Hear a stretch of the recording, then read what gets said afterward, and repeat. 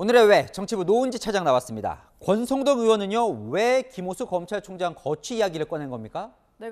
제가 권성동 의원한테 직접 물어봤는데요. 네. 대선 전에도 국회 법사위에서 김호수 검찰총장 이렇게 수사할 거면 사퇴해야 된다 이런 얘기를 여러 번 했다고 하더라고요. 그 연장선상에서 이 말을 했다 이런 얘기인데 또 김 총장이 정권 눈치 보느라 편파적으로 수사했다, 정치검사다 이런 주장을 하고 있는 겁니다. 지난해 국감 때도 면전에서 이렇게 지적한 바가 있는데 목소리부터 들어보시죠. 대장동 사건은 전부 이 성남시에서 일어난 일이에요. 그런데 성남시청을 압수수색 대상에서 제외한 이유가 뭐예요? 저는 철저하게 성역 없이 압수수색하라고 지시했고요. 했는데 왜 서울중앙지검장에서 안 했고 늦장 압수수색을 했냐고. 수사팀에서. 그렇긴 해도 이 대선 전후에 이 말의 무게는 또 다르니까요. 또 뭐 워낙 권 의원이 당선인 측근으로 알려지다 보니까 이게 당선인 생각 아니냐 이런 해석이 나오는 거거든요. 네, 제가 그 부분도 물어봤는데 일단 개인 생각이라고 선을 긋더라고요. 중립적으로 법을 집행을 했으면 아무리 전 정부에서 임명한 검찰총장이라도 문제 삼지 않겠지만 김호수 총장이 그렇지 않았기 때문에 이런 말을 꺼냈다는 거고요. 당선인과는 김호수 총장의 임기에 대해서 논의한 적은 없다고 합니다. 당선인 우중이 아니라면 더더욱 이 거취를 결단하라 이런 말은 뭐 쉽게 못하는 거 아닙니까?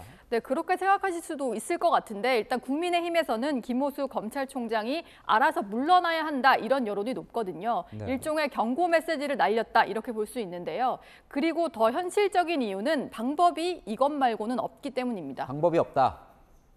네, 그게 무슨 얘기냐면 문재인 정부 출범 이후에 김은경 당시 환경부 장관이 환경부 산하 공공기관 임원들에게 사표 받아낸 사건이 있었잖아요. 네. 그게 이른바 환경부 블랙리스트 사건인데 그 사건으로 김 전 장관이 유죄 판결을 받고 법정 구속되기까지 했었습니다. 네. 새 정부에 들어서면 관행적으로 이뤄지던 강제 사퇴 압박이 범죄다 이렇게 판정을 받아버린 건데요. 그러니까 강제로 사표를 받을 수는 없고 심리적으로 압박을 주는 것 말고는 방법이 없는 겁니다. 뭐 그런 고민이 있다고 해도요. 자, 이 임기가 남아있는 검찰총장한테 저런 식으로 하면 뭐 윤석열 정부도 똑같네, 내로남불이네 이런 이야기도 나올 것 같거든요. 네. 이런 논란을 예상을 했을 것 같아요.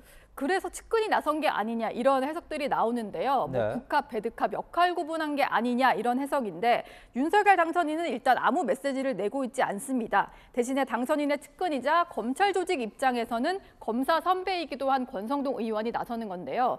하지만 윤 당선인이 권 의원의 발언을 놓고 이렇게까지 논란이 커지는데도 확실히 선을 긋지 않고 방치하는 것 자체가 후보 시절에 임기 보장을 약속한 것과 배치되는 행보다 이런 지적이 나옵니다. 또 반대로는요, 이 문재인 정부 사람들이요, 자, 새로운 정부와 일하는 게 좀 껄끄러울 수도 있을 것 같은데 왜 이렇게 버티는 겁니까? 일단 가장 단순한 이유가 임기가 많이 남았다는 거고요. 또 임명권자는 문재인 대통령이잖아요. 그렇기 때문에 문 대통령이 관두라고 한 것도 아닌데 먼저 사퇴할 이유가 없습니다.